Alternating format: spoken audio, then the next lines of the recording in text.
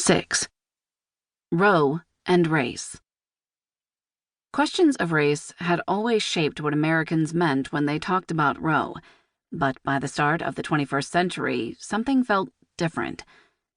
Catherine Davis, one of those who transformed the conversation about Roe and race, grew up the second of 3 daughters in Southfield Village, a brick public housing complex in Stamford, Connecticut. It was a world away from where her parents' people came from, Halifax County, a green corner of southern Virginia where winter meant rain rather than ice. Catherine's father was a carpenter who struggled to get work because he was black. The carpenters' unions in Stamford did their best to ensure that jobs went to white workers. Her mother worked as a maid for wealthy families in Greenwich. In Connecticut, Catherine could sometimes almost forget about her race. But in the summer, the Davises took their girls to the family homestead in Virginia. Once, Catherine went into the white part of a department store there and was grabbed by a manager.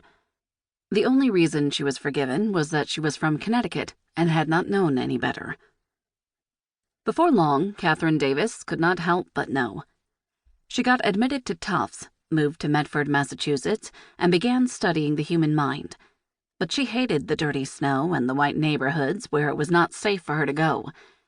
She worked through the summer to graduate a year early, and when she got pregnant, she had an abortion. She did not want a child, even though she knew her mother would have helped raise one. For that reason, Catherine could not bring herself to tell her. Abortions, her mother always said, were white women's nonsense. Davis graduated from college with a dual degree in psychiatry and education. A few years later, she got pregnant again.